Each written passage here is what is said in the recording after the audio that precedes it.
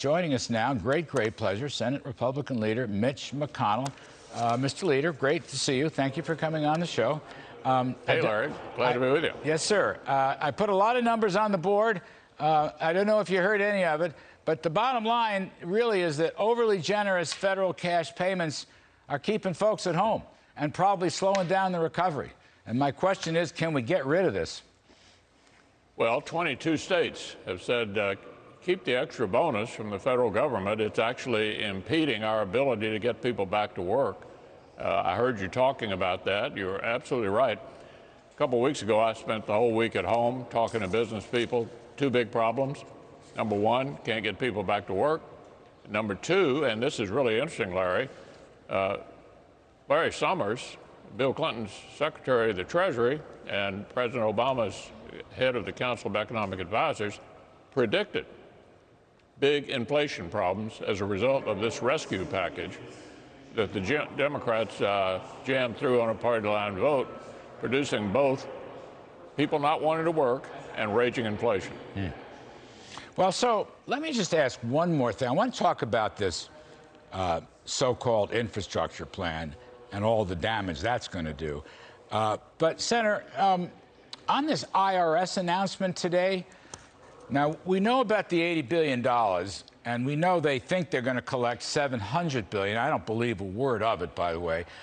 But today they said they're going to dig in, they're going to propose greater enforcement, quote unquote, and start digging into your bank account. That the IRS can just go right into your bank account to look at all the transactions. They also mentioned cryptocurrencies for the same purpose. Now, isn't there a law or the Declaration of Independence or the Constitution or something that says that the IRS cannot just go in and look into your bank account or any other darn thing? Well, if there isn't, there ought to be. I mean, it reminds me, and you'll remember this, when the IRS was going after conservative groups who had 501c4 status and harassing them and making it difficult for them to get qualified for that tax-exempt status. Yeah, we don't need an IRS snooping around in our records. They ought to be able to do their job without that. And then the other part, Senator, is it has been reported that the Senate parliamentarian will rule all this IRS stuff out of order for reconciliation purposes. Now, it's been scored as $700 billion in revenues, which would blow a gigantic hole in this so-called infrastructure package. So isn't that like a big problem? I mean, I like big problems to stop this infrastructure, but wouldn't that be a killer? Yeah, I don't know how the parliamentarian will rule, but look, we know what they're up to.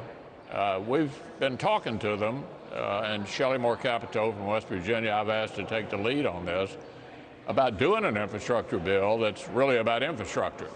Roads, bridges, ports, water lines, sewer lines, broadband, something we can all agree is infrastructure, and then talking about how to pay for it. But what I've said, Larry, and I know you'll agree with this, is that we're not revisiting the 2017 tax reform bill. It was the single most important, other than judges, the single most important thing we did for the country in the last 4 years. It produced the best economy in 50 years by February of 2020, right before the pandemic hit. So we're not going to touch that. That's what the president wants to blow the lid off of, as you outlined earlier. Take corporate tax rates up, individual business rates up. By the way, a new death tax that would capture and tax your capital gains throughout your life that are currently exempt in your estate at the time of death. They want to raise everybody's taxes. It won't just be people making $400,000 or more. KPMG estimates, by the way, that retirement, Americans retiring, you know, wealthy Americans, well-to-do Americans, would have about a 65% tax rate under the Biden plan. That's where the estate tax would lead. 65%, Mitch. I mean, that's a big number. That's really an unheard of number. And I guess every time you say there's a red line under the 2017 tax cuts, you know, I applaud and cheer. I just hope that we are able to hold the line. That's really what I'm asking you. Yeah. Well, there won't be a single Republican vote for that. And by the way, it's not just the wealthy.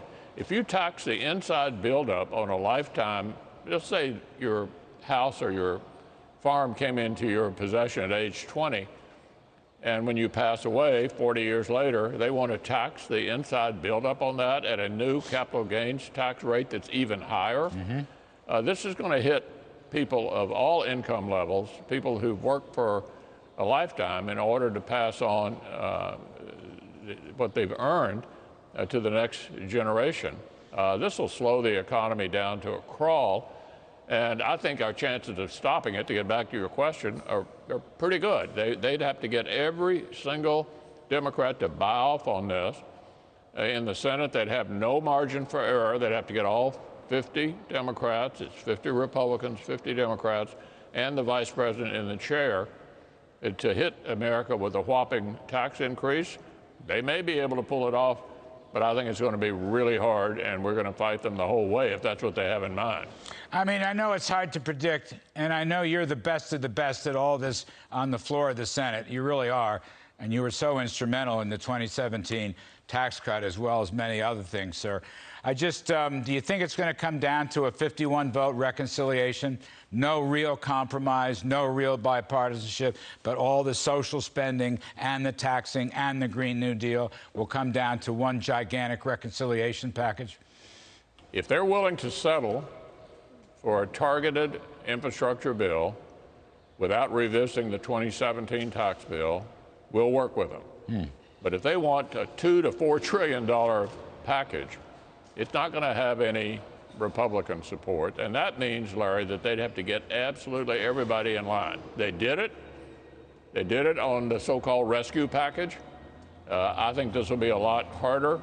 There are Democrats in rural areas who don't want their family farms confiscated by the federal government on the day you pass away.